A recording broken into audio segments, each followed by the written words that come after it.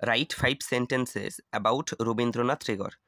রবীন্দ্রনাথ ঠাকুর সম্বন্ধে 5টি বাক্য লেখো। ক্লাস 1 থেকে 5 পর্যন্ত সাধারণত এরকম প্রশ্ন আসে যে কোনো একজন মনীষীর নাম বলে দেবে, তার সম্বন্ধে 5টি বাক্য লিখতে বলবে, সেটা ইংলিশ হোক বাংলায়।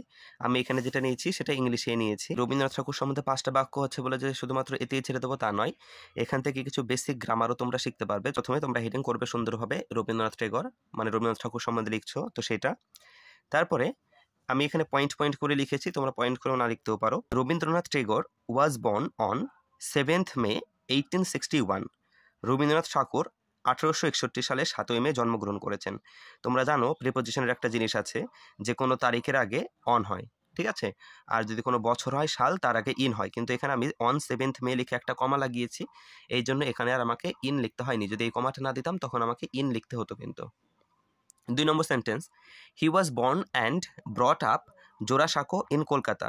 সে জন্মগ্রহণ করেছেন এবং বড় হয়ে উঠেছেন কলকাতা জোড়াসাঁকোতে, ঠিক আছে, কলকাতা একটা বড় জায়গা, তার জন্য তার আগে ইন হয়েছে। আর এখানে আমরা যখন কারো সম্বন্ধে লিখতে যাই তখন প্রথমে তার নাম দিয়ে শুরু করি, প্রপার নাউন দিয়ে শুরু করি, কিন্তু পরে সেন্টেন্স লিখবো দ্বিতীয় তৃতীয় সেন্টেন্স, তখন কি করব, সেই প্রপার নাউন না লিখে সেই নাউনের বদলে প্রোনাউন ব্যবহার করব। যেমন এখানে রবীন্দ্রনাথ ঠাকুরের বদলে আমরা ব্যবহার করেছি হি প্রোনাউন। 3 নম্বর sentence, his parents were Maharshi Debendranath Thakur and Sarada Devi.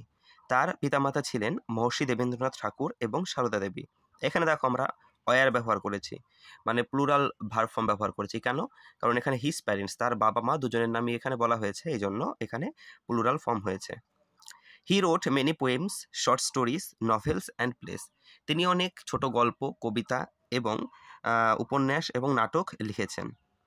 He won the Nobel prize in literary in 1913। তিনি সাহিত্যে 1913 সালে নোবেল প্রাইজ বা নোবেল পুরস্কার জিতেছেন। এটা একটা প্রশ্ন হয়, জিকে প্রশ্নও, যে রবীন্দ্রনাথ ঠাকুর কত সালে নোবেল পুরস্কার জিতেছেন, সেটা হচ্ছে 1913 সালে।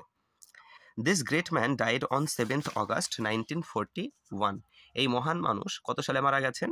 1941 সালে 7ই আগস্ট।